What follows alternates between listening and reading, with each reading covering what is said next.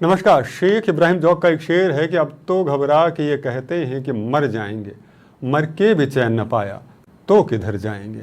सवाल ये आता है कि ज़िंदगी मुश्किलें आती हैं और हमें लगता है कि ज़िंदगी से तो पीछा छुड़ा लिया जाए तो ही अच्छा है। इसे डिप्रेशन कहते हैं, एंजाइटी कहते हैं। जब आपको तमाम हालात अपने विरोध में नज़र आते हैं, आपको लगता है कि ज़िंदगी थक गई, हार गई और अब हमें यहाँ से दूसरा रास्ता ले लेना चाहिए, और ये रास्ता बड़ा गलत तरफ जाता है। तो जीवन में जब भी मुश्किलें आएँ तो आप उन रास्तों को सही दिशा में कैसे लगाएं, कैसे उस अवसाद से बाहर निकलकर अपनी लाइफ को और बेहतर बना सकते हैं, यही जानने की कोशिश आज हम इस कार्यक्रम में करने वाले हैं। और इसमें जिन अतिथियों को हमने आमंत्रित किया है, वो अनुभव की अगर बात करूं तो इतना विस्तृत अनुभव है कि उन्हें हज़ारों लोगों की ज़िंदगियों के अंदर बदलाव लाए हैं। तो चलिए स्वागत करते हैं हमारे आज के अतिथियों का। स्वागत है आपका। हमारे साथ हमारे अतिथि जुड़ चुकी हैं और स्वागत की परंपरा में सबसे पहले मैं आपको रूबरू करवाना चाहूँगा, हमारे साथ जुड़े हुए निधि डांगरिया जी, जो कि लाइफ कोच हैं, काउंसलर हैं और एक्सेस कॉन्शियसनेस फैसिलिटेटर भी हैं। निधि जी, बहुत बहुत स्वागत है आपका। Thank you. और उनके साथ में जुड़ी हुई अपर्णा घाटपुरी जी, जो एक साइकोलॉजिस्ट हैं, ट्रेनर हैं और को फाउंडर हैं मानस ट्रेनिंग इंस्टीट्यूट मुंबई से, और एक सर्टिफाइड करियर एनालिस्ट भी हैं और एक सर्टिफाइड म्यूजिक थेरेपिस्ट भी हैं, और पिछले करीब 25 सालों से इसी क्षेत्र के अंदर कार्य कर, इसी क्षेत्र मतलब मेंटल हेल्थ के अंदर वेलनेस को लेकर काम कर रही हैं। स्वागत है अपर्णा जी आपका। सभी दर्शकों को नमस्कार जी। और हमारे साथ जुड़ी हुई हैं अनुराधा दीक्षित जी। अनुराधा जी एक जाना पहचाना नाम है, जिन्हें इस मंच पे हम पहले भी देख चुके हैं। ये हनुमान जी की अन्य भक्त कहते हैं स्वयं को, और जो बालाजी मंदिर प्रशांत विहार रोहिणी हैं उसके संचालिका भी हैं, और सुमन शर्मा जी गुरु माता जी उनकी सुपुत्री भी हैं, और ये भी एक लाइफ कोच हैं, मेंटल हेल्थ एक्सपर्ट हैं, और ये कोशिश करती हैं कि जीवन को अध्यात्म के जरिए, सकारात्मकता के जरिए किस तरह से आगे बढ़ाया जाए। अनुराधा जी स्वागत करता हूँ आपका।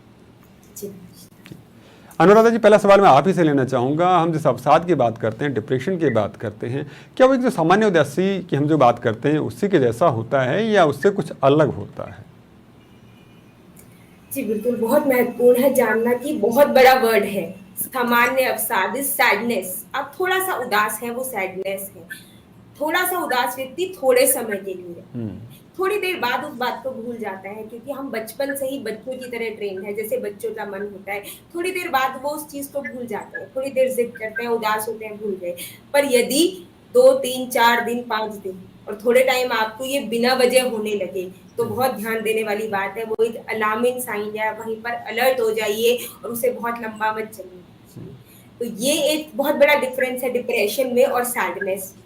सैडनेस टेम्परेरी है, डिप्रेशन कई बारी इंडोजिनस भी है, आपके पास कोई रीजन नहीं है, लेकिन कुछ केमिकल चेंजेस आपके ब्रेन में ऐसे होते हैं जो कि डिप्रेशन देने लगते हैं, और बहुत बार बाहरी कारण से है, एक्स्ट्रोजिनस है, जो रीजन आप जानते हैं, और उसके बाद धीरे धीरे जो वो 2 दिन से 3 दिन 4 दिन शुरू हो जा तो महीनों पर पहुंच जाएगा। कुछ ही समय में आप समझ नहीं पाएंगे कि आप 15-15 दिन एक जगह बंद है, आपको वो बहुत अच्छा लग रहा है, बहुत सुकून दे रहा है, और आप अपने अकॉर्डिंग चीजों को चला रहे हैं। फिर कि अब मेरा मन नहीं है, मुझे बाहर नहीं आना, नहाना नहीं, खाना नहीं, रूटीन काम नहीं करने, सारा एटमॉस्फेयर आप अपने साथ अपने घर को भी डिप्रेशन में लाने लगते हैं। तो ये बहुत सोचने वाली बात है कि वो डिप्रेशन है या सैडनेस, और बहुत माइनर लाइन है जो कब क्रॉस होती है पता भी नहीं। तो एक छोटी सी बात जो मैं बोलती हूँ अक्सर कि यदि थोड़ी सी अवेयरनेस पहले से हो जाए, थोड़ा सा पढ़ें, जैसे आप रेगुलर चेकअप के लिए फिजिशियन के पास जाते हैं, ऐसे किसी मेंटल हेल्थ या काउंसलर्स के पास जाने लगे तो शायद ये कम हो जाएगा। क्योंकि आजकल बच्चे भी ये वर्ड यूज करने लगे कि हमें डिप्रेशन। आपको पता ही नहीं डिप्रेशन कितना बड़ा वर्ड है, हमें डिप्रेशन नहीं, आप थोड़ा सा उदास है, टेम्परेरी फेज है जो ठीक हो सकता है, पर आपने उसे डिप्रेशन बना लिया है, ध्यान ना दें। दूसरी बात, कुछ अपनी रूटीन को चेंज। हम ऐसे रूटीन में आते जा रहे हैं, और खासतौर पे हमारे मीडिया का मैं कहती हूँ बहुत बड़ा योगदान है इस डिप्रेशन को बढ़ाने में। सबसे पहले आपके घर से ही आपका स्वर्ण गया, मतलब आपका धन गया, उसके बाद आपकी हेल्थ गई, और अब आपकी मेंटल हेल्थ, आपके संस्कार तब टीवी में बैठे 40 मिनट में आपके घर से चले जा रहे हैं, आपको समझ भी नहीं आ रहा है। तो ये भी एक फूड है, व्हाट यू आर ईटिंग। सिर्फ ये फूड नहीं है जो आप अपनी हेल्थ के लिए खा रहे हैं, जो आप देख रहे हैं, जो आप सुन रहे हैं, वो एक मेंटल फूड है। तो बड़ा सोच समझती कि ये इतना डस्टबिन नहीं है कि कुछ भी अंदर जा रहा है और पच रहा है और चल रहा है। तो क्या आप जो भी आप सुन रहे हैं, जो भी आप देख रहे हैं, वो डिप्रेशन को बहुत बढ़ा देगा। चलिए, बहुत बहुत धन्यवाद अनुराधा जी। बहुत थिन लाइन की बात, ऑब्जेक्टिव की बात आपने की, बहुत माइनर सी लाइन है और इसने एक बहुत बड़ी चीज़ों को मिला भी दिया है और थोड़ा सा अलग भी कर दिया है कि छोटी सी चीज़ कब बड़ी बन जाती है, ये सारी बात हमारे ऊपर निर्भर करती हैं। लेकिन छोटी सी चीज़ शुरू क्यों होती है? निधि जी, ये सवाल मैं आप ही की तरफ लेकर आना चाहूँगा कि अवसाद, डिप्रेशन जो हम कहते हैं, ये किन कारणों से शुरू होता है? तो जीवन में उठापटक तो सबकी चलती रहती है। पहले की अगर हम लोग बात करें तो रिसोर्सेज की बात करें, अगर हम लोग जो टेक्नोलॉजी की बात करें तो वो कम थी, तो संघर्ष ज़्यादा था, उसके बावजूद भी लोग कम अवसाद में नज़र आते थे। और इन दिनों ये चीज़ें बहुत ज़्यादा नज़र आने लगी। क्या कारण नज़र आते हैं आपको इन दिनों? डिप्रेशन वो एक बहुत ही कॉम्प्लेक्स कंडीशन है जिसकी कोई एक स्पेसिफिक वजह नहीं हो सकती। अकॉर्डिंग टू मी, अगर मैं बोलूँ तो it is a combination of social, psychological and biological factors affect करते हैं उसमें। तो बायोलॉजिकल फैक्टर्स के बारे में अगर हम बात करें तो हार्मोनल इम्बैलेंस से कोई सीवियर क्रॉनिक डिजीज आ जाता है बॉडी में, तो उसकी वजह से भी डिप्रेशन आ सकता है। कोई अगर फैमिली हिस्ट्री है किसी की डिप्रेशन की, तो उसकी वजह से भी they are more likely to invite depression in their lives.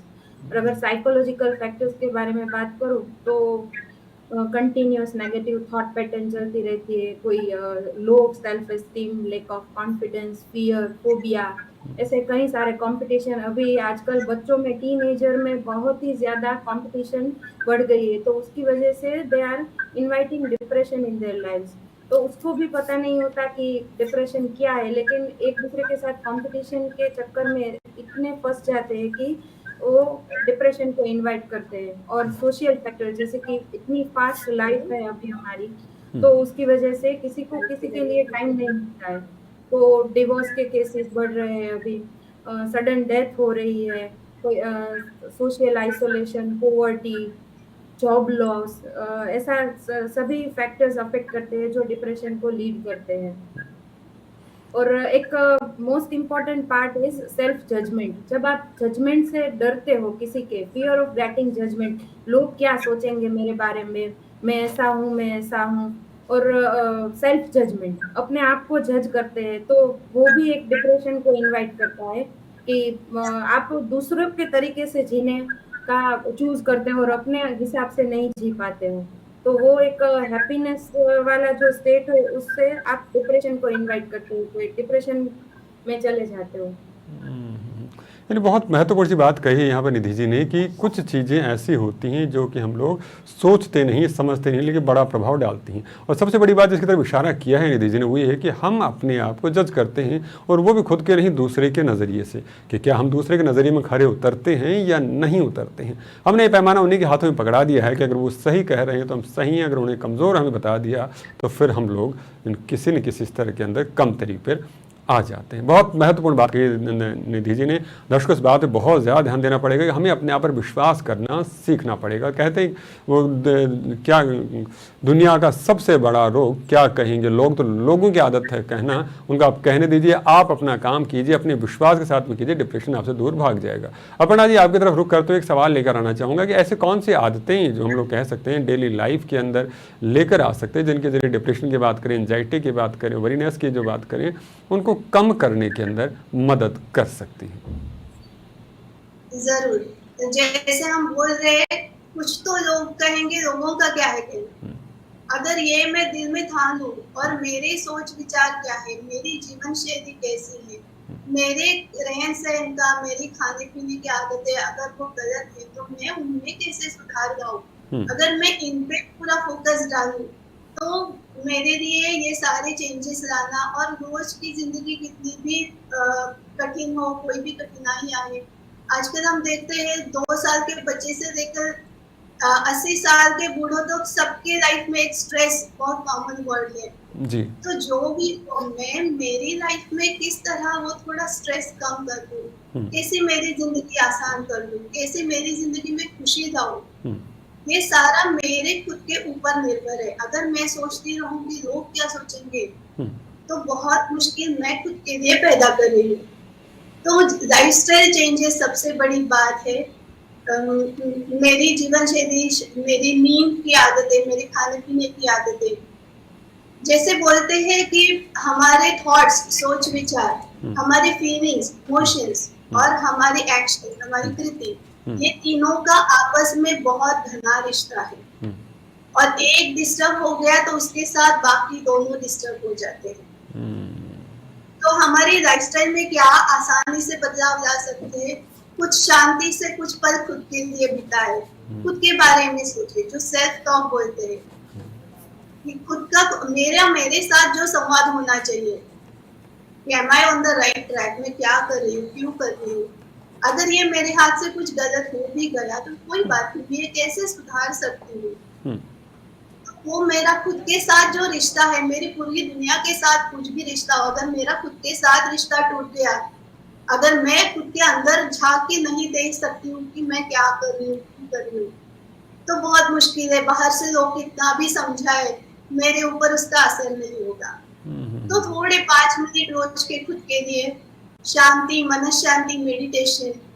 उसके लिए आपको मेडिटेशन डजंट मीन रिचुअल्स। आप अगर पूजा पाठ की आदत नहीं है आपको, तो भी बस 5 मिनट शांति से बैठो, खुद के लिए जियो। आपके जो भी फेवरेट खाना है, आपका कोई फेवरेट कॉफी है, चाय है, बस शांति से 5 मिनट को उसका आनंद लो। जब हम ये सीखेंगे कि खुद के लिए कैसे आनंद ले, मैं किसी का बेटा हूँ, किसी की माँ हूँ, किसी की दादी हूँ, किसी की पोती हूँ, मैं खुद की कौन हूँ। जब मैं खुद के लिए जीना, खुद के लिए आनंद लेना सीखूंगी, तब ये सारी मुश्किलें आसान हो जाएगी और कोई ना कोई मार्ग सामने दिखेगा।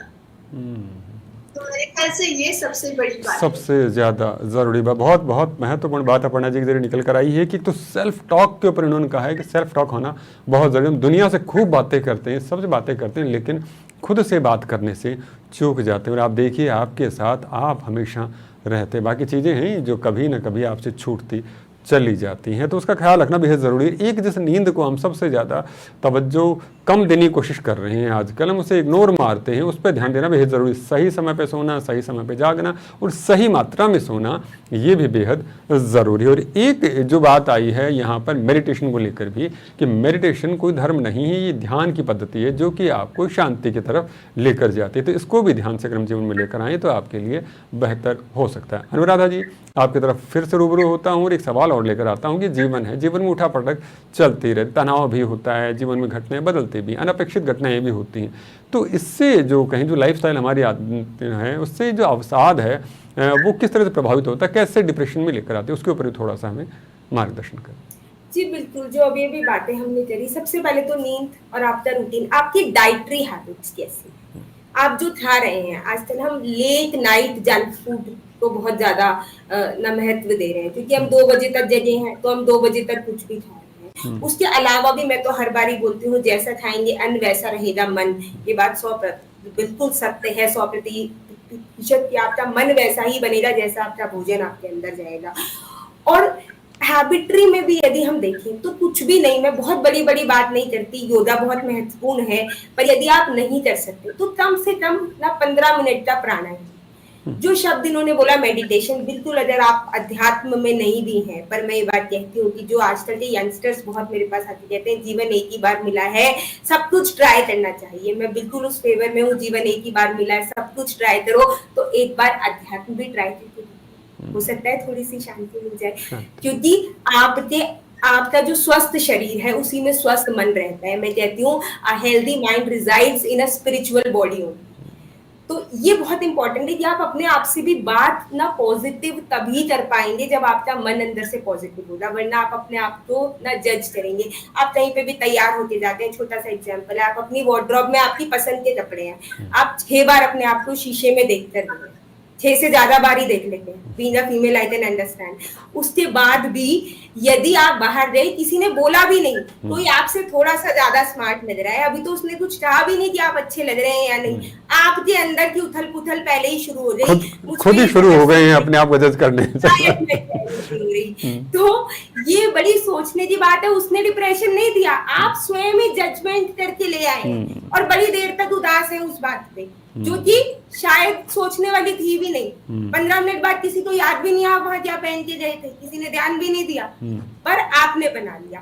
तो इसीलिए जो आप मेडिटेशन की बात कर रहे हैं, आप थोड़ी देर मौन रहना भी सीख जाइए। हम मौन भी रहते हैं ना, तो हम मौन नहीं रहते सुनील जी, हम मौन केवल मुझ से होते हैं, दिमाग से ये नहीं हुआ, उसने ये नहीं किया, देखो ये काम ढंग से नहीं कर रहा, अरे अपनी इसको थोड़ी देर की शांति देना सीखेंगे तो आपकी कंसंट्रेशन बढ़ जाएगी, आपके अंदर पीस ऑटोमेटिक आएगी। तो कुछ प्रैक्टिसेस ये जो योगा मेडिटेशन बोलते हैं, इसलिए कि इससे आपको आदत हो जाए पॉजिटिव होने की, वरना पॉजिटिव तो आप सोच से हो सकते हैं, केवल सोचना पॉजिटिव है, पर उस सोचने की हैबिट को लाने के लिए हमें और सारी चीजों को इंकलकेट करना पड़ता है कि हमें आदत हो जाए कि ऐसा करना जरूरी है। बहुत सारे आसन योगा में दिए गए हैं जो आप ना प्रैक्टिस कर सकते हैं, बहुत सारी चीजें सिंपल एक्सरसाइजेस से। और मैं अध्यात्म से बोलूंगी, यदि आप हनुमान चालीसा पढ़ते हैं तो हनुमान जी बल और बुद्धि तो न देने वाले हैं, और वो निपुण है। ज्ञानी नाम अद्रजन्नम, ज्ञानियों में अद्रजन्य। आप आदत डालिए, बाकी पॉजिटिविटी आप में अपने आप आने लग जाएगी। तो मैं एक हनुमान चालीसा पढ़ने में 3 मिनट लगते हैं, इतना समय तो दिन में हमारे पास होता है, मिल ही जाता। बहुत सही बात कही है, बहुत महत्वपूर्ण सी बात कही है कि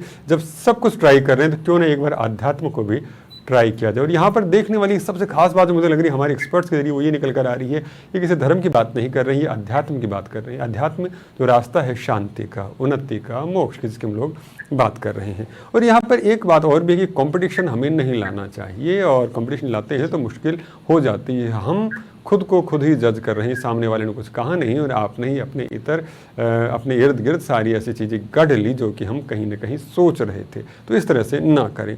वो कहते हैं असमय पर कहा जाता है कि असमय पर बोलना और समय पर चुप रहना, ये भी बड़ी बात होती है, जो कि अभी यहाँ पर हमारे साथ जुड़ी अनुराधा जी ने कहा कि कब कहाँ कितना बोलना है, ये भी बड़ी अहम बात हो जाती है। तो संतुलित रहें, तो आप देखेंगे कि संतुलित रहने से ही जो डिप्रेशन जिसकी बात कर रहे हैं वो भी जीवन से बाहर निकलने लग जाता है। अगला सवाल उससे पहले मुझे वीरेंद्र अकेला का एक शेर याद आता है कि मर्ज को पाले हुए रखना समझदारी नहीं, लोग फिर भी खामियां अपनी छिपाकर खुश बहुत हुए।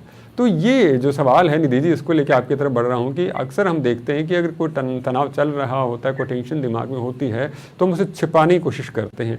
हम सारे दर्द बयां कर देते हैं, पूछ भी लेते हैं कि उसका क्या हल होगा, लेकिन जब मानसिक कोई समस्या आती है तो हम नहीं बताना चाहते। तो मैं सवाल ये लेना चाहूँगा, जब हमें पता चल जाए कि सामने वाला ऐसी किसी समस्या से जूझ रहा है, कोई परेशानी में है, तो क्या करना चाहिए? जो दूसरे लोग आसपास वाले उन्हें क्या करना चाहिए? क्योंकि वो तो बताएगा नहीं, उसे तो शर्म आ रही, झिझक आ रही है कि मैंने बता दिया तो लोग मुझे पागल कहेंगे और कुछ कहेंगे। तो ऐसी स्थिति में क्या करना चाहिए?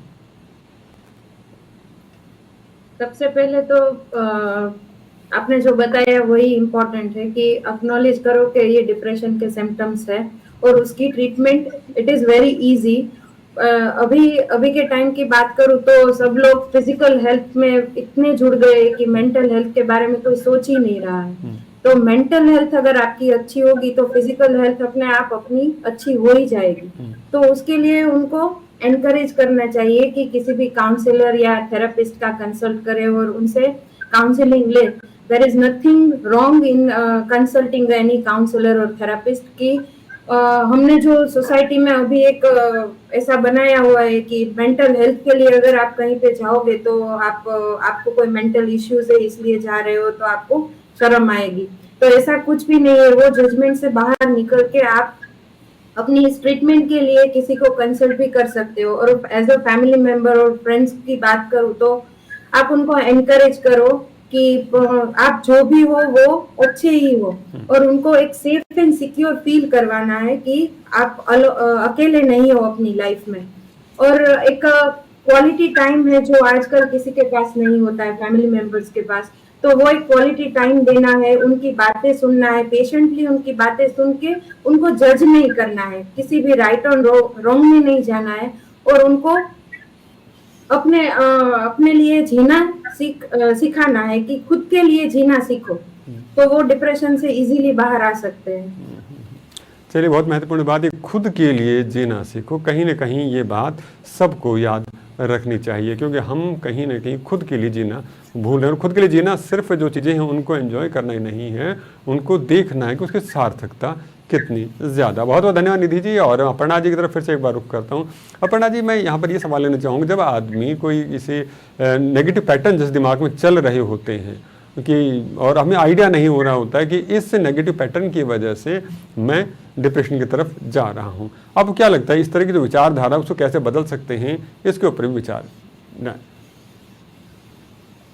जब कोई ऐसे नेगेटिव पैटर्न में फंस जाता है तो थोड़ा बहुत उस व्यक्ति को जानकारी रहती है, लेकिन सबसे ज्यादा फैमिली में जो लोग हैं या उनके क्लोज फ्रेंड्स हैं उनको तुरंत ये समझ में आ जाता है कि अरे बार बार वही चक्कर में क्यों फंस रहा है ये। तो जैसे हम बोलते हैं ना, उसी चक्रव्यूह में फंस जाते हैं। ये एक विचारों का चक्रव्यूह है।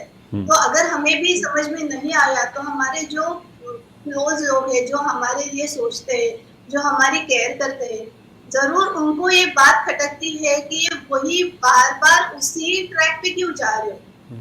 तो सबसे बड़ी बात है कि ये समझ लेना, क्योंकि नहीं तो ये चक्रव्यूह चलता रहता। सबसे पहली बात है कि उसको तोड़ो, उस विचार की श्रृंखला को तोड़ो, नहीं तो वो श्रृंखला खुद को और मजबूत करती रहती है। और हमारे आजू बाजू में हम बार बार ऐसी सारी चीजें ढूंढेंगे जो ऐसे हमारे नेगेटिव विचारों को सपोर्ट कर रही है। कितनी भी अच्छी चीजें हमारे बाजू में हो रही हो, फिर भी हम वही चीजों को पकड़ के रहेंगे जो हमारे वो नेगेटिव थॉट्स को सपोर्ट करेंगे।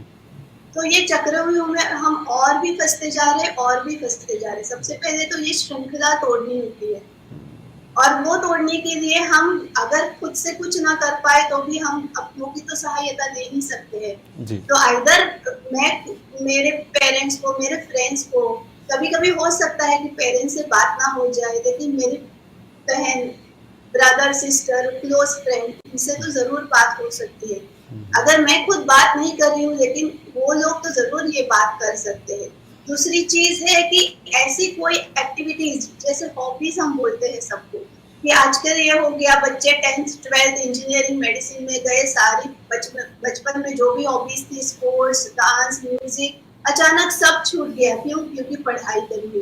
लेकिन ये सारी जो हॉबीज है, ये जो आदतें है, ये सारी एक्टिविटीज ऐसी है कि ये ऐसी नेगेटिव श्रृंखला से, वो चक्रव्यूह से बचाने में हमारी मदद करती है। वो विचारों का चक्रव्यूह टूट जाता है। हम किसी ऐसे एक्टिविटीज में आ जाते हैं जो हमें आनंद देती है, और जब हम शांति में, आनंद में हैं, तब हम कुछ अलग सोच सकते हैं, तब हम कुछ पॉजिटिव, कंस्ट्रक्टिव सोच सकते हैं। और इसीलिए ये सारी इसका बहुत इंपॉर्टेंस होता है। जी अपर्णा जी, बहुत बहुत धन्यवाद है। और अब बहुत थोड़ा समय बच गया इस कार्यक्रम का, तो मैं चाहूँगा कि कुछ सवाल और ले लूँ, तो बहुत संक्षिप्त से उत्तरों की आपसे अपेक्षा रखूँ कि आपका अनुभव बहुत वृहद है लेकिन समय बड़ा सीमित है, तो उसी के हिसाब से आपसे जवाब चाहूँगे। बहुत संक्षिप्त से आंसर मिले तो ज़्यादा बेहतर। अनुराधा जी, पहले सवाल अभी आपसे जब बात कर रहा था तो हमारी बात छूटी थी योग के ऊपर, ध्यान के ऊपर। योग और ध्यान किस तरह से हम लोग करें कि अवसाद में जो हम अवसाद के उपचार में हम फ़ायदा मिले? सबसे सिंपलेस्ट वे उसका ये होता है, अगर आप बहुत कॉम्प्लीटली उसमें ना जाए ना, कॉम्प्लिकेशंस में, सबसे पहले हमें कोई अच्छी बात बताता है तो हमारा सर हिलता है, किंतु हमारा मन अंदर से कह रहा होता है कि सर तो कितना भी हिला लो, होना वही है जो मैं चाहूँ। हम अपने मन से अपनी बुद्धि को चलाते हैं। पहले हमारी बुद्धि में पॉजिटिविटी आएगी तो उस बुद्धि से जब मन चलेगा तो सही चलेगा। तो उसके लिए छोटी छोटी प्रैक्टिसेस जो मैंने अभी पहले बताई थी, जैसे प्राणायाम या ब्रीदिंग एक्सरसाइजेस। कोई स्पेसिफिक प्राणायाम बताएंगे आप? ये प्राणायाम करें तो ज्यादा ठीक रहेगा जी। बालासन या ना अष्ट सर्वांगासन, और नहीं कर सकते तो सबसे बेस्ट सूर्य नमस्कार। आप स्टार्ट कीजिए, आप 40 डेज तक सूर्य नमस्कार रोज कीजिए, और 40 डेज के बाद आपके अंदर कोई पॉजिटिव चेंज ना आए तो मैं मान लूँ। चलिए बहुत बहुत धन्यवाद। आपकी हैबिट डाल लीजिए। जी बहुत बहुत धन्यवाद अनुराधा जी ने हमें सूर्य नमस्कार के ऊपर बहुत ज़बरदस्त ढंग से जो सही उसके समर्थन किया है कि सूर्य नमस्कार करने से जीवन के अंदर अच्छा बदलाव आता है। सूर्य नमस्कार कीजिए, आप अपने अंदर बेहतरी पाएंगे। निधि जी, आपकी तरफ रुख करता हूँ, और यहाँ पे जाते जाते ये सवाल कि जब हम इस तरह से परेशानी जूझ रहे हों तो अवसाद के उपचार में परिवार की बात करें, जो मित्रों का जो योगदान है वो किस तरह से हो, कितना होना चाहिए, उसके ऊपर ही थोड़ा सा प्रकाश डालें। सबसे पहले तो ट्रीटमेंट की अगर बात बताऊं डिप्रेशन के लिए, तो गेट योर बार्स रन। एक मेरा ये एग्जांपल दूं तो I was in severe depression before few years. तो आज अभी मैं यहाँ पे बैठी हूँ तो सिर्फ that is because of bars and access, thanks to access. कि अगर कहीं पे भी आप कोई भी सिटी में हो तो आप अपने बार्स रन करवाए। और फैमिली एंड फ्रेंड्स का रोल मेजर प्ले करता है कि उनको सपोर्ट करे कि ये कोई गलत बात नहीं है। अगर आप कोई स्ट्रेस में हो तो उनसे बाहर निकालने के लिए लाइफ में मोर फन ऐड करना चाहिए। उनकी छोटी छोटी बातें सुननी चाहिए, उसको समझनी चाहिए और उसको सपोर्ट करना चाहिए। छोटे छोटे कामों में उसका हाथ बटाना चाहिए, मतलब उनको ऐसा फील करवाना चाहिए कि they are safe and secure with them. जी बहुत बहुत धन्यवाद निधि जी कि हमें महसूस करवाना चाहिए कि आप सुरक्षित और हम आपके साथ में हैं। और अंतिम सवाल अपर्णा जी से, और अपर्णा जी सवाल ये है कि बहुत ज़्यादा ओवर थिंकिंग वाली जो बात करी तो उसके माइंडफुलनेस के लिए हमें कौन सी तकनीक जो आप सजेस्ट करना चाहिए? बहुत संक्षिप्त सा कोई उत्तर हो, क्योंकि समय हो चुका है। जरूर, कोई छोटी छोटी चीजें हो सकती है माइंडफुलनेस के लिए, कि जैसे माइंडफुलनेस क्या है कि अभी की जो मोमेंट है वो आसानी से, शांति से और एंजॉय करके जियो। तो माइंडफुलनेस में बहुत सिंपल चीजें हो सकती है। जो भी आप खाना खा रहे हो, आपके गैजेट्स बंद करके शांति से खाने के ऊपर ध्यान देके खाना खा लो। जब फैमिली के साथ हो, गैजेट्स दूर रखो। फैमिली के साथ जो भी 10 मिनट मिलते हैं सबको एक साथ बात करने के लिए, गैजेट्स छोड़ के एक दूसरे के साथ रहो, वो बॉन्डिंग को एंजॉय करो। तो live in that moment. Mindfulness का सबसे बड़ा मंत्र ये है। यही, चलिए बहुत बहुत धन्यवाद। आपने बहुत जी बहुत बहुत धन्यवाद। बहुत महत्वपूर्ण बात कही कि प्रकृति से जुड़े, परिवार से जुड़े, उस परिवेश से जुड़े जो कि आपको शक्ति देता है, सामर्थ्य देता है और जीवन देता है। बहुत महत्वपूर्ण संदेश दिया आप लोगों ने, इसके लिए हृदय से अभिनंदन और आभार व्यक्त करता हूँ। समय की सीमा है, बस उसी लिए कार्यक्रम का समापन करने की आज्ञा चाहता हूँ, अन्यथा और भी सवाल थे लेकिन फिर ये सवाल बचे, अगली बार पूछेंगे। तब तक के लिए आभार, अभिनंदन, बहुत बहुत धन्यवाद आप लोगों का।